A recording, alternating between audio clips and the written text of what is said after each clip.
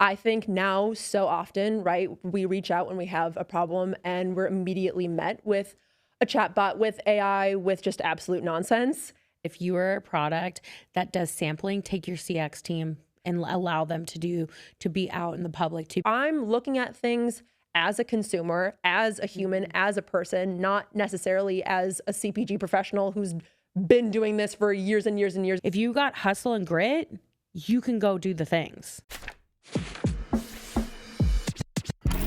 Hey friends, welcome to Above the Fold podcast. I'm your host, Jess Servion. We're going to be talking about everything in your customer's journey. You're going to learn things about customer experience, brand experience, and marketing secrets that help you drive your brand success. So stay tuned, buckle up, and let's get into the episode.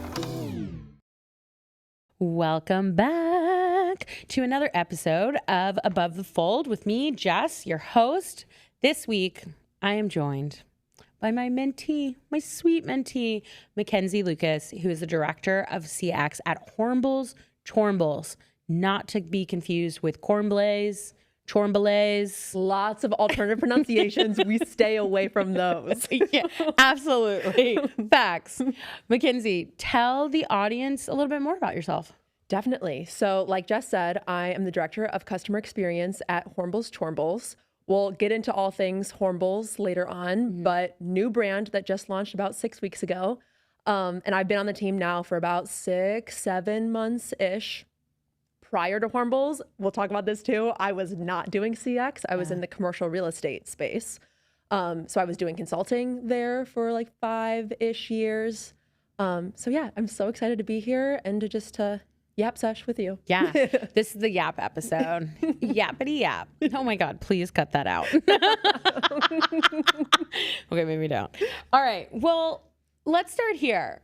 What's something that people assume about your role or CX in general that you want to change the tide on? Yeah, really good question here. And honestly, I think this is something that I assumed about CX before now working in it.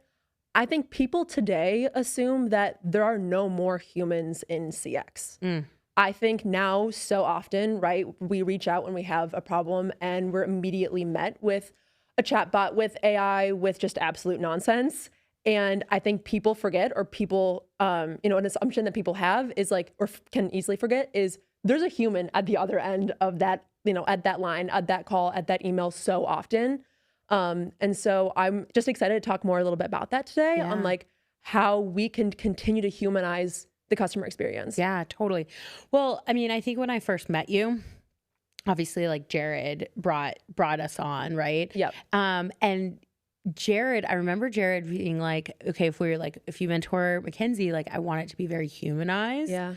And it's just something I really appreciate about a founder in a brand, and not just being like, hey, we need an AI bot or this, that, and the other thing. And like your setup, you're not even doing AI. Completely. And it's something that I want to leverage smartly later on for data analysis, for the kind of lower level issues when it ultimately does make sense and the volume is a little bit too high for people to pick up everything on their own. But at least right now, especially from Jared, our founder, being so kind of human centric, I think I've naturally then adopted that mindset of we're servicing people. Let's have people actually lead that interaction rather than just letting the chatbot that, gives you the answers that you don't want to hear a million times. Yeah, totally. Well, when did you first hear about CX, like as a discipline or even the idea of what customer experience was? Yeah. So it's so funny. It was not that long ago. It was pretty recent.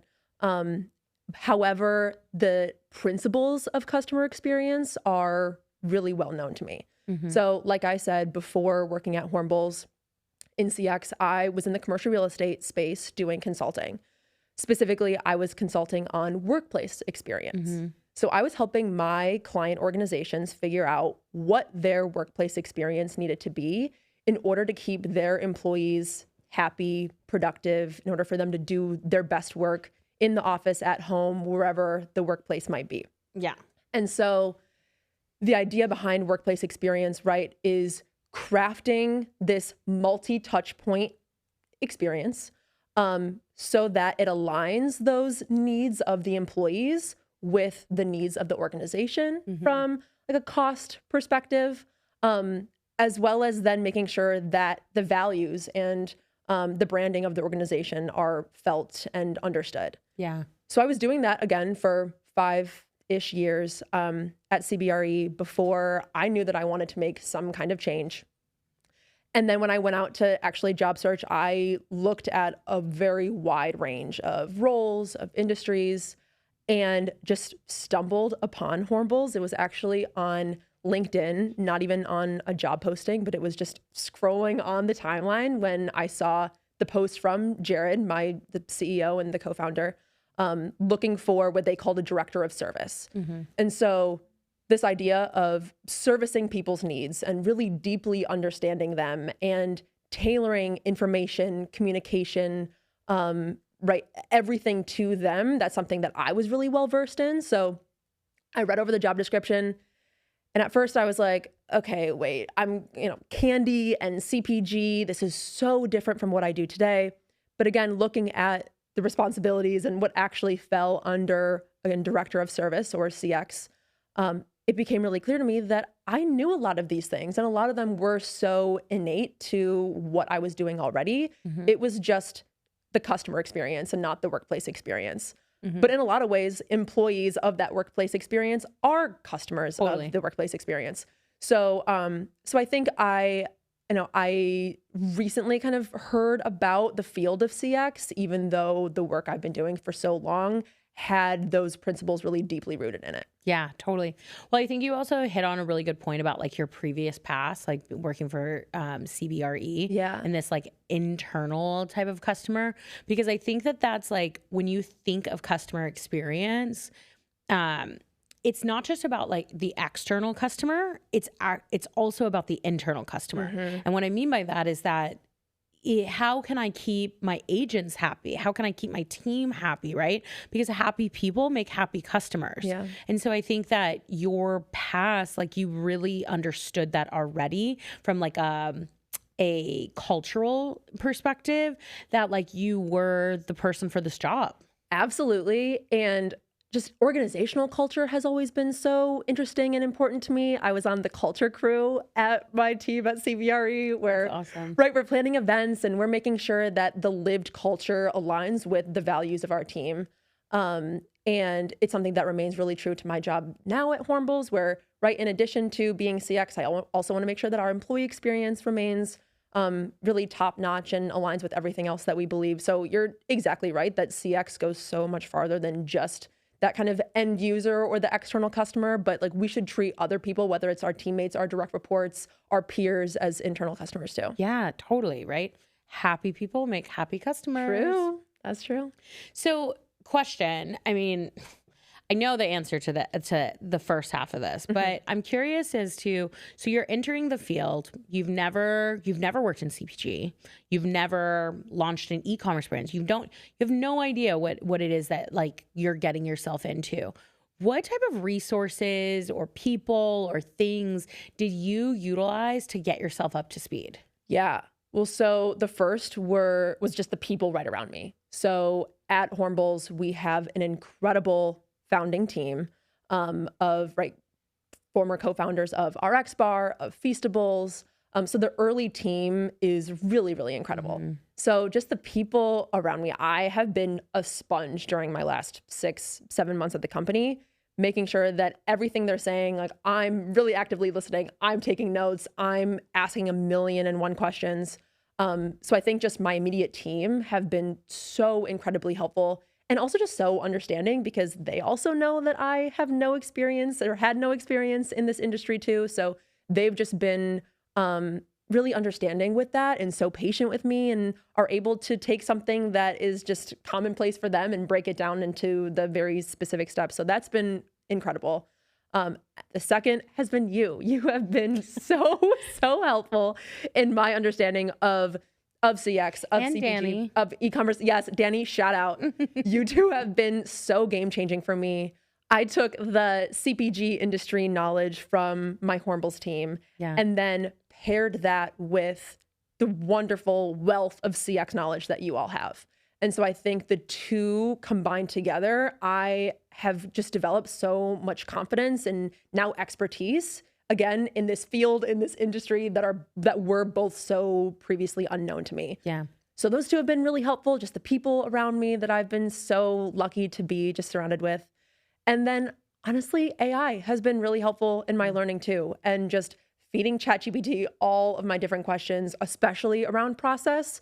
Specifically, my brain just is a little bit slower on process. That's like just an area that I struggle a little bit. So as much as I can get things broken down a little bit, simply for me, I think the better. So leaning on AI tools to explain, right, what is a 3PL and how fulfillment works, and things again that were just not known before I joined the Hormbles team it's been huge. Yeah.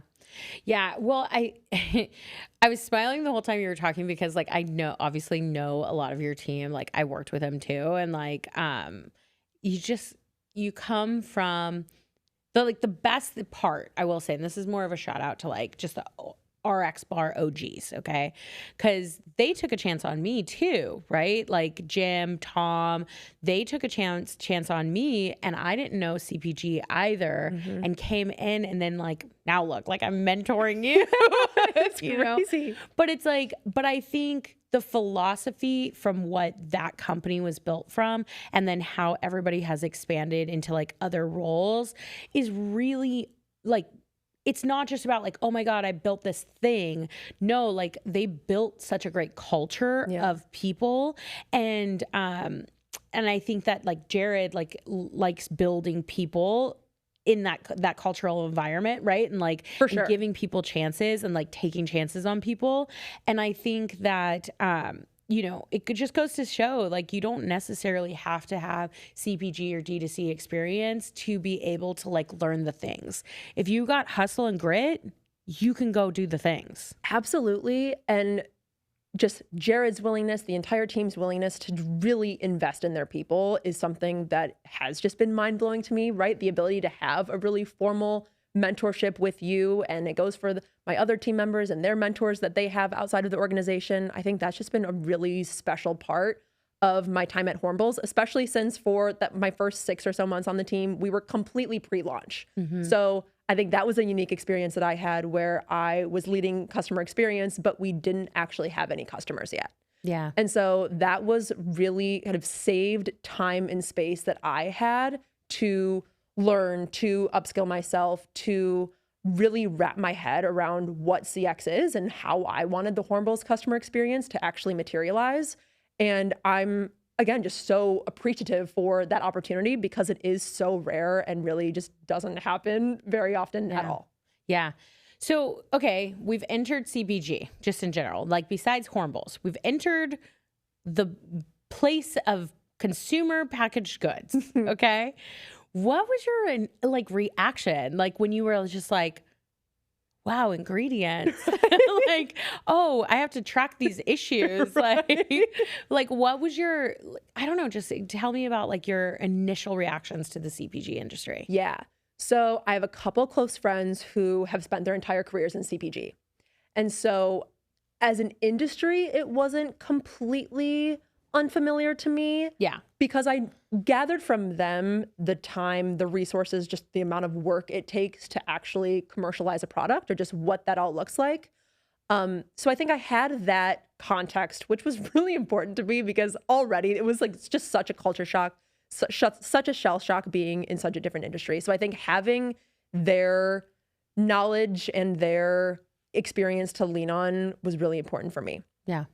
Now being in CPG, like you're saying, it is a completely different world. And there are so many unexpected surprises that happen on a day-to-day basis. But I think especially, again, during that first 6 months on the team, when I'm trying to learn as much as possible, I'm like, wait, what do you mean people can have allergic reactions to our product and they have to then get on the phone with me and I have to be the one to like try to field that, right? Or when you go to a grocery store and you look at the shelf and just seeing and having a sense of everything that goes into actually getting that product on shelf. Yeah.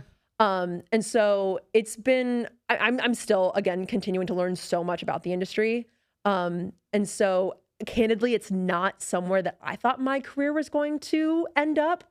I think even a year ago, 2 years ago, if you would have told me that I ended up in CPG working for a new candy brand, I would have been like, you're crazy. I don't believe you. But I think something that I believe as a person and as a professional is just to really be open to the opportunities that come your way. Yeah. And to not put yourself in a box and to not really limit yourself to what you can and can't do. And so I think that belief really helped me lead me to where I am today. And I'm loving being somewhere completely new with completely different people. Just it's been really a gift. Yeah. No, I agree with you.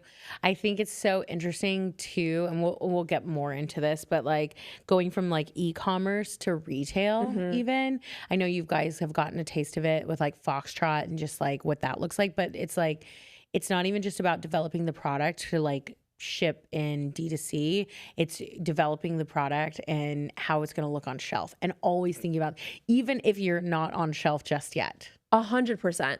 And I mean, right, these are the things that my team and I talked about pre-launch. We're continuing to talk about it now. And it felt like a foreign language to me for so long.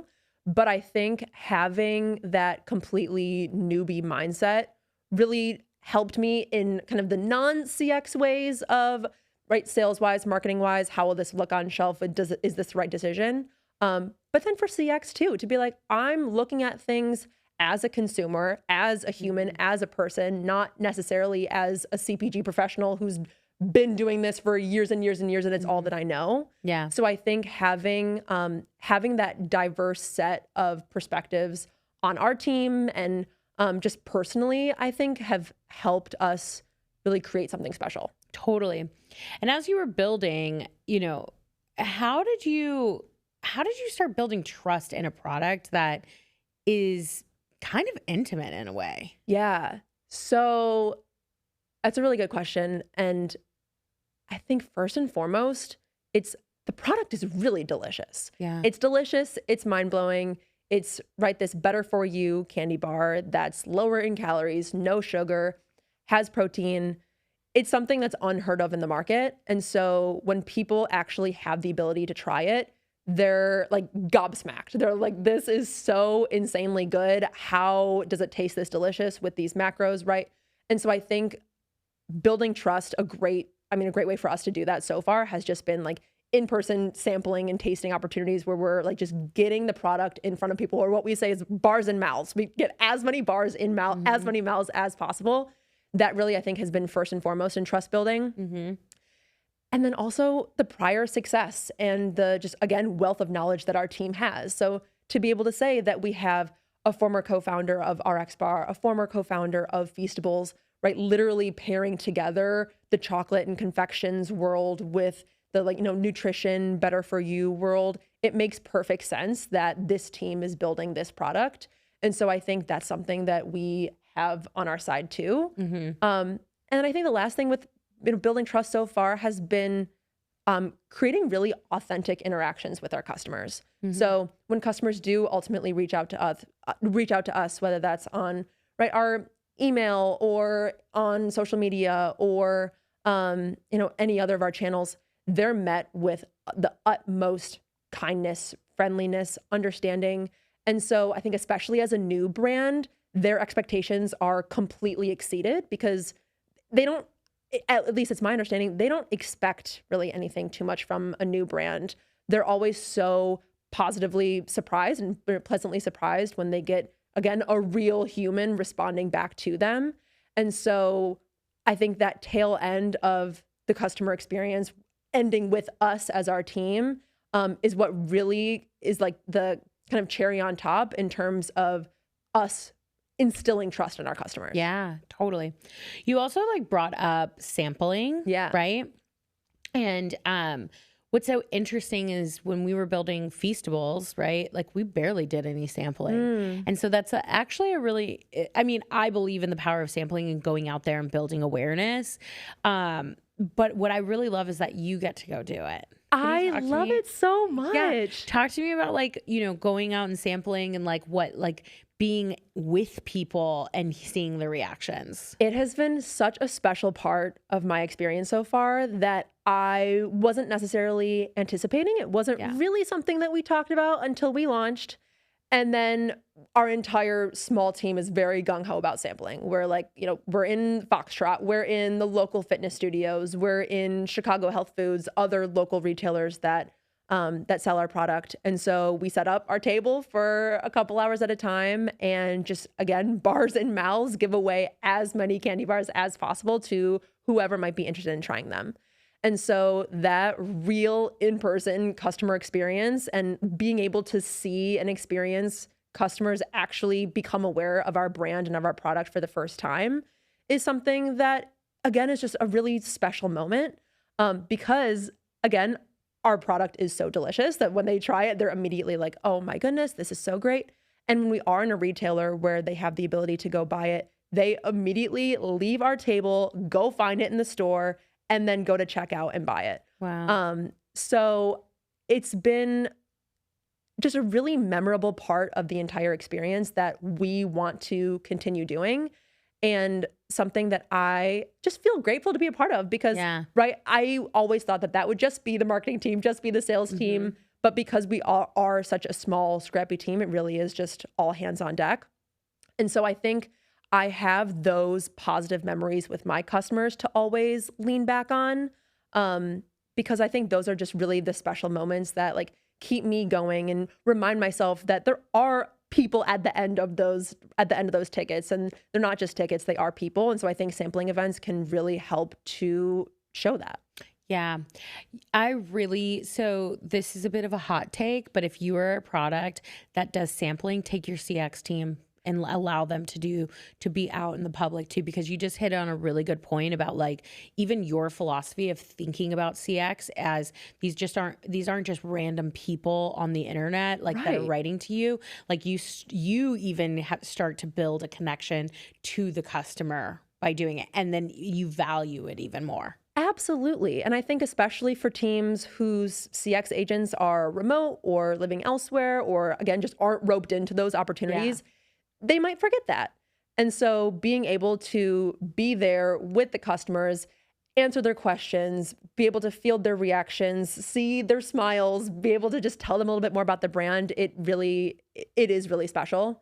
And so I highly recommend it for any CX team with a product like that. Yeah. So diving a little bit further into like just CPG as a whole, right? How did you spend time understanding like supply chain, fulfillment, and like the operational pieces of the business besides marketing, like the actual operational pieces of the business? Yeah, that's a good question. So again, I think that first and foremost, it was my team. So shout out Tom. He is the supply chain operations guru. So we met weekly for several months pre-launch, and I would just pepper him with all the different kinds of questions that I had. And he took the time to break things down for me, explain really simply but really comprehensively what everything was. And then I just did some outside research as well. Just again, kind of like Googling, ChatGPTing, like, what does this mean? What does that mean?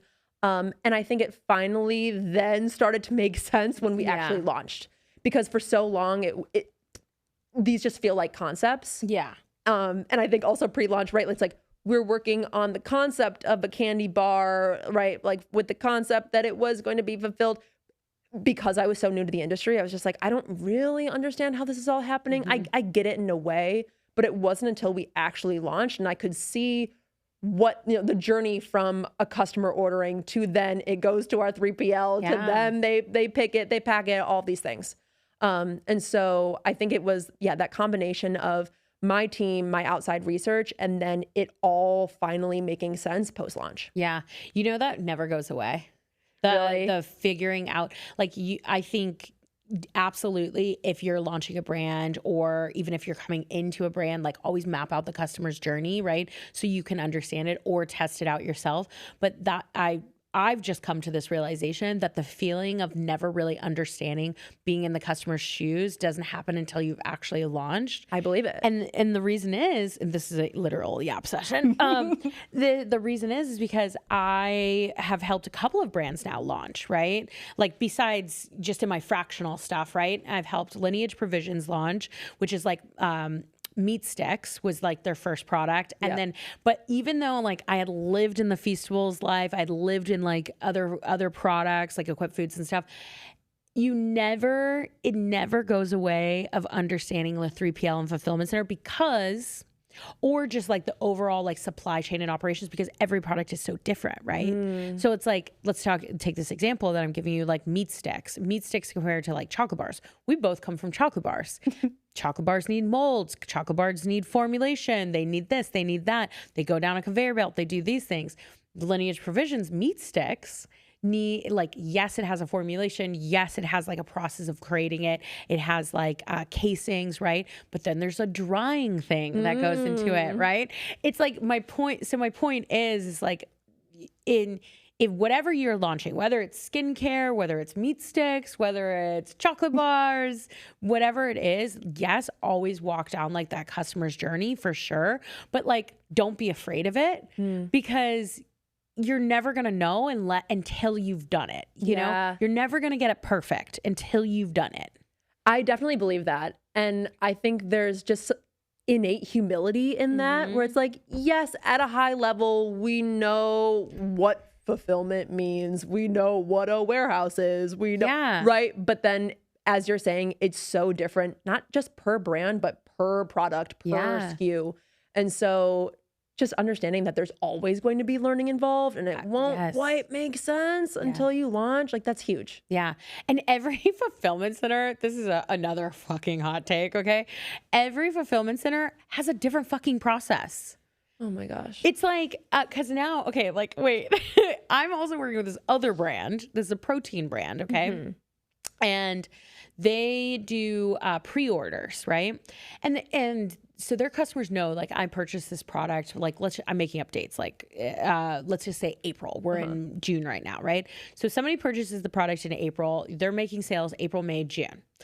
The fulfillment center is supposed to do first in, first out, right? When the product comes in.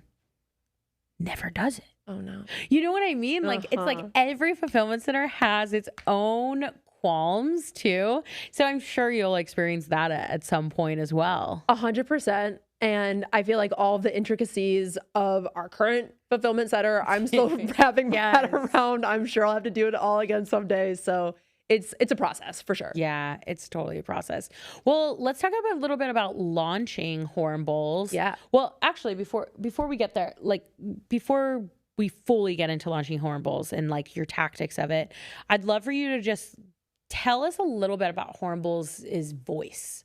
Like, I think we've talked a lot about what the product is, but let's talk about the voice. Yeah. So the voice of Hormbles Chormbles is essentially as silly, absurd, nonsensical as the name itself. So we like to say it's extremely literal. We, explain things maybe unnecessarily. So we have all kinds of like Hormble Chormble isms, like, I can't even think of one. You deserve a Hormble, Chormbles today. Yeah. Okay. Yeah. We have all kinds of like Hormble Chormble isms, like, you deserve a Chormble today, or congratulations for Hormbling, or, thinking through like how we use Hormble and Chormble as nouns, verbs. We kind of just make it its own language. Yeah. And so I think that has been really fun to try to embody, combined with our just overall branding of like just brightness, happiness, joyfulness, bringing and visualizing the feelings that candy gives you when you consume it. Yeah. Right? Because a candy bar gives you that little bit of joy, nostalgia, a break in your day from, escaping whatever you might be. And so I think our brand visually and, specifically with the voice does a really good job of doing just that. And so, yeah, it's been really fun to try to, answer our customer questions and be what we need to the customer while still embodying that tone. Yeah. Have you had like weird or fun interaction with a customer yet? Is there anyone that stands out to you? Oh my gosh, yes. So there was a story of a customer writing in saying that she accidentally sent her order to the same address, but it was a different city or like some like neighboring county. So she realized that she did that. She drove to where it was delivered and just wanted to like knock on the door, ring on the doorbell, let them know that her order was delivered to, their house instead of hers. And so she rings the doorbell and this old lady answers, and the old lady is holding the candy bars, has chocolate around her mouth. Shut up. And she's like, I don't know what you're talking about. And the customer was like, that's my candy that you're holding. And she's like, what? No, like my son gave me this. And the customer was like, no, I ordered that and it's mine. Like it had my name on the package. And so the customer ended up leaving and was like, she also took photos of the old lady and sent them to us. We're like, oh my God. So we sent her candy so she could have it. You're like, lady, you can have your Hormbles No, Chormbles. exactly. I was like, get back in your car, go home. We'll get you your chocolate. Exactly. She trumbled too hard. Way too hard. So that was definitely the funniest and most memorable so far. But I'm sure there's many more to come. Yeah. I can't wait for you guys to come out with more SKUs. Right. And like see what happens. I know. I know. Oh my God. What does good CX mean to you today? Like knowing everything that you've known, like done, been, what does it mean to you today? Yeah. So I am really inspired personally, professionally by the hospitality space. By fine dining, by hotels. And so to me, good CX, whether that's right in a fine dining establishment or at Hormbles Chormbles, means that you're being welcomed in a way that is really kind of judgment free. There's this idea of selfless service where you're being serviced as a customer in a way where the person servicing you doesn't expect anything else in return. They're doing it because they have this authentic desire to help you. They never take your questions or your feedback, personally or in a way, right, that they shouldn't. It's all part of the process. Anticipating needs is something that I think is just innate to good CX as well. And so deeply understanding who your customer is and what they want, what they need, what they're going to be wondering about naturally, giving them all of those things well in advance. So then, right, the customer isn't thinking of the issues that might arise or, doesn't have to ask those questions because they've already been answered. And just this feeling of being really well taken care of. Yeah.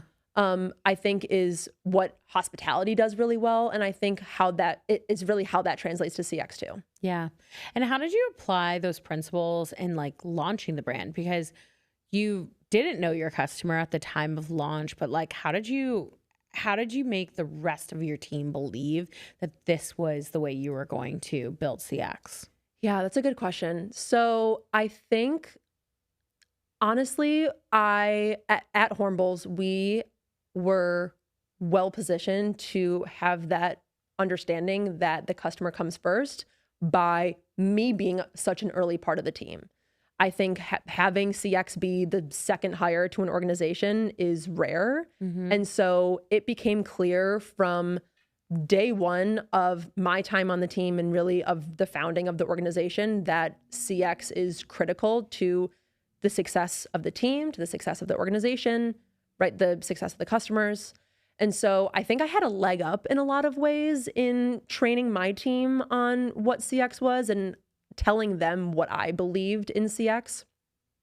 But I think so much of what I turned back to was customers trust us in the transaction of them giving us their time, their money, their energy, we give them chocolate, yes, but we also give them the utmost respect and service.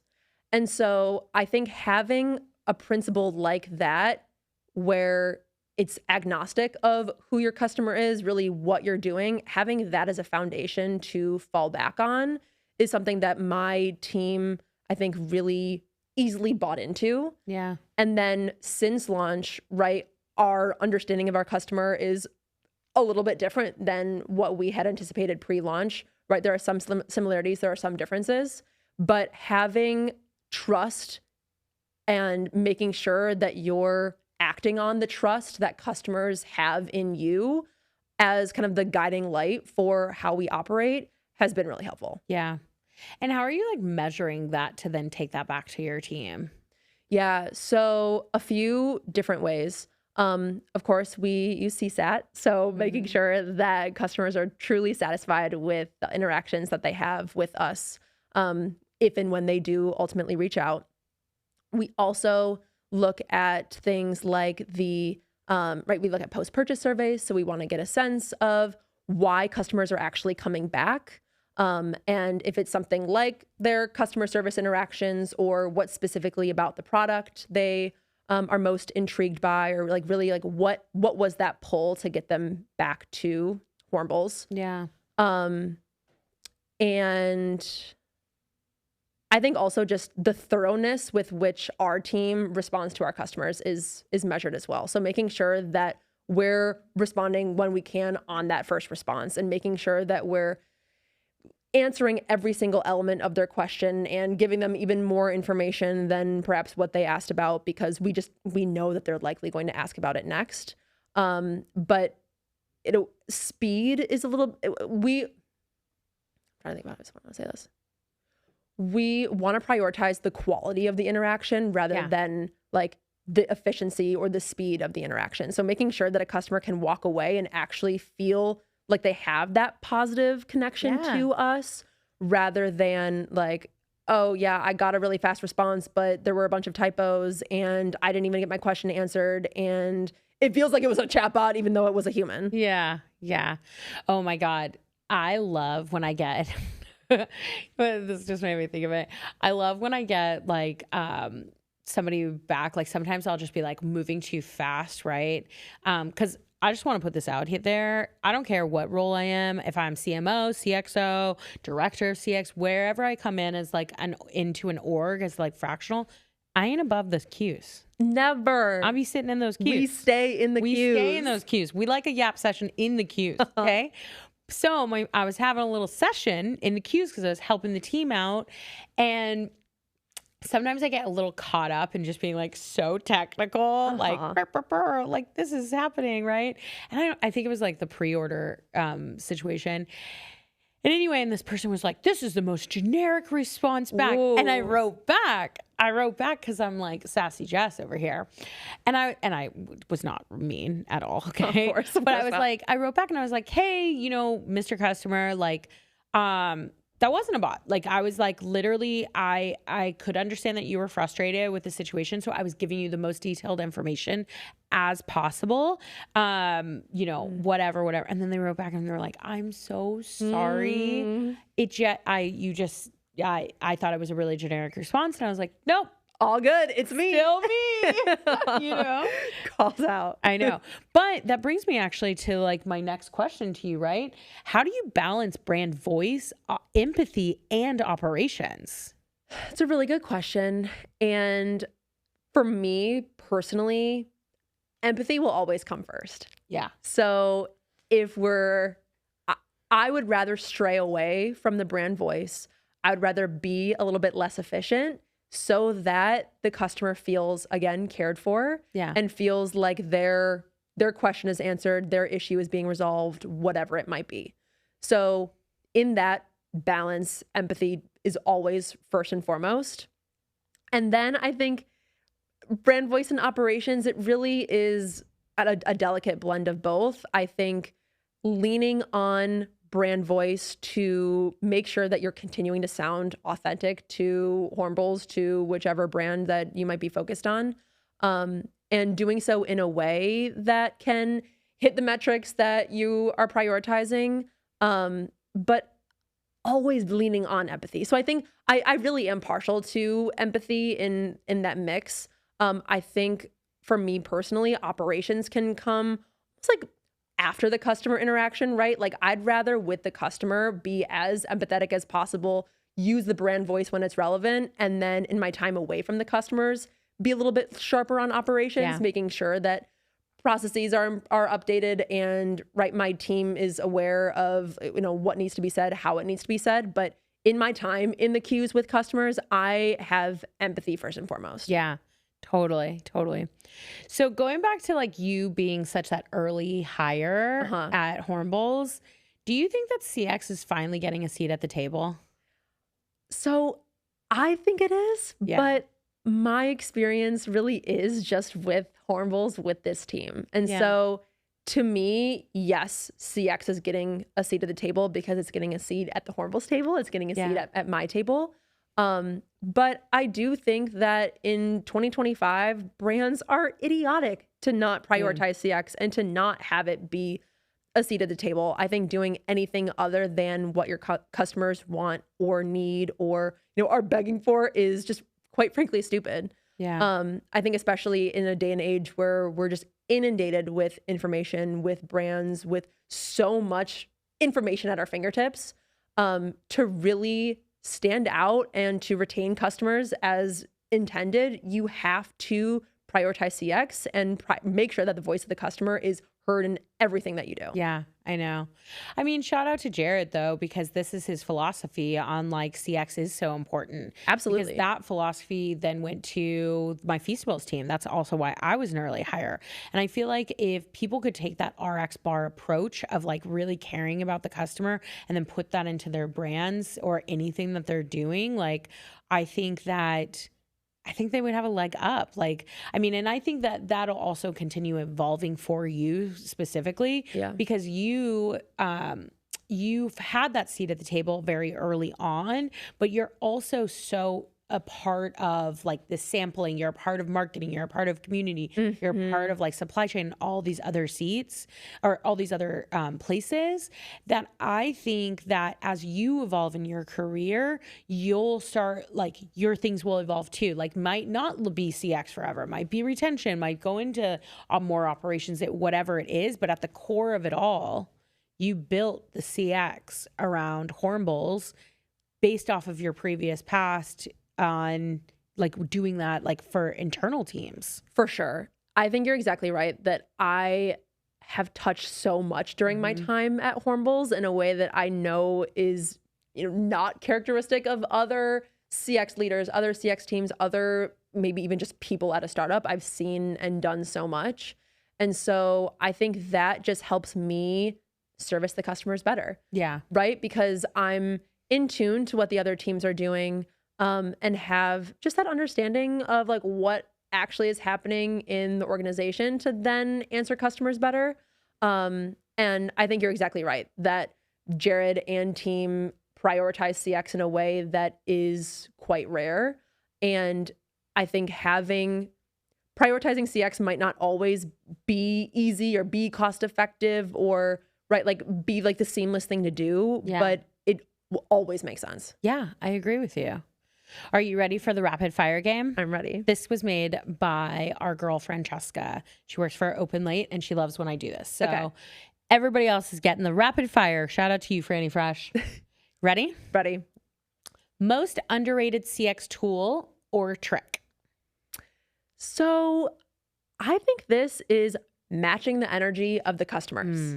Right? Yes, girl. If they're really enthusiastic, you're really enthusiastic. If they're really pissed off, like cater to that feeling of being pissed off, but like match the customer's energy. Yeah. What's a dream brand that in future days, not future days, like tomorrow, don't punch me, Jared. I'm not quitting. I know. What is a brand that you would love to like do consulting for? I'd love to consult for Khan Academy. Ooh, that's a new one. I thought she was going to say South. No, so Khan Academy I love because I just have this passion for K through 12 education. Yeah. And have always just loved kids Cool. and working with kids and volunteering with kids. And so being able to do CX with a tool or with a brand that services children and like really helps them with their learning or another need like that would be like A1 to me. Yeah. Okay. Love. What is a brand that has wowed you as a consumer recently? Okay, well, so you stole it. I was gonna say sauce. Sauce. I just like saying it. Sauce. I just think they're absolutely crushing it with their community lately. They do really impactful in-person events. I think their giveaways are really great. The product is delicious. So shout out sauce. Okay. Love. I stole it from her. Sorry. What's a CX hill you die on? The CX hill that I die on honestly goes back to what we talked about just a second ago, which is prioritizing empathy over everything. So even if that means straying away from operations, straying away from brand voice, straying away from one of the other many priorities that we have to balance as CX leaders, I do think that keeping the customer top of mind and really trying to envision what they're thinking, feeling, wondering when they reach out to you is absolutely critical. Yeah, totally. All right, last question. You ready? I'm ready. It's a hot one. It's not rapid fire. It's for inspiration. What advice would you give someone trying to break into CX or pivoting their career? Yeah. So I think my advice is to really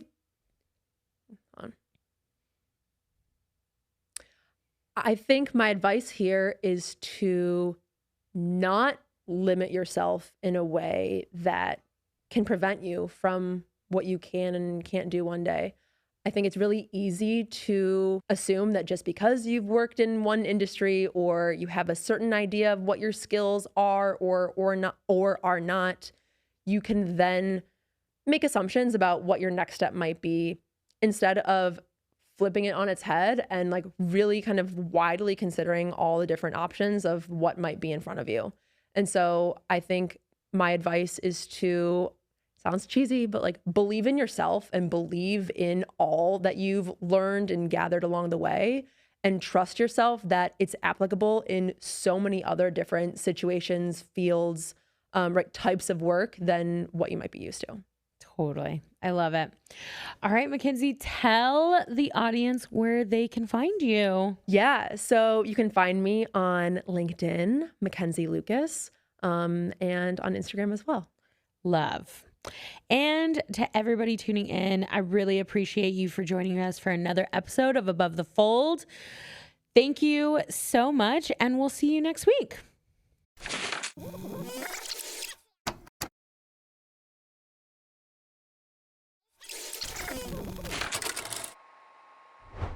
Dang, we've made it to the end of the podcast and you're still here. So thank you so much for listening to Above the Fold podcast. For the best of this episode and every episode, be sure to follow us on Instagram and my YouTube channel. And for deeper dives on the secrets to brand success, don't forget to subscribe to my weekly newsletter, Sunday Postcards.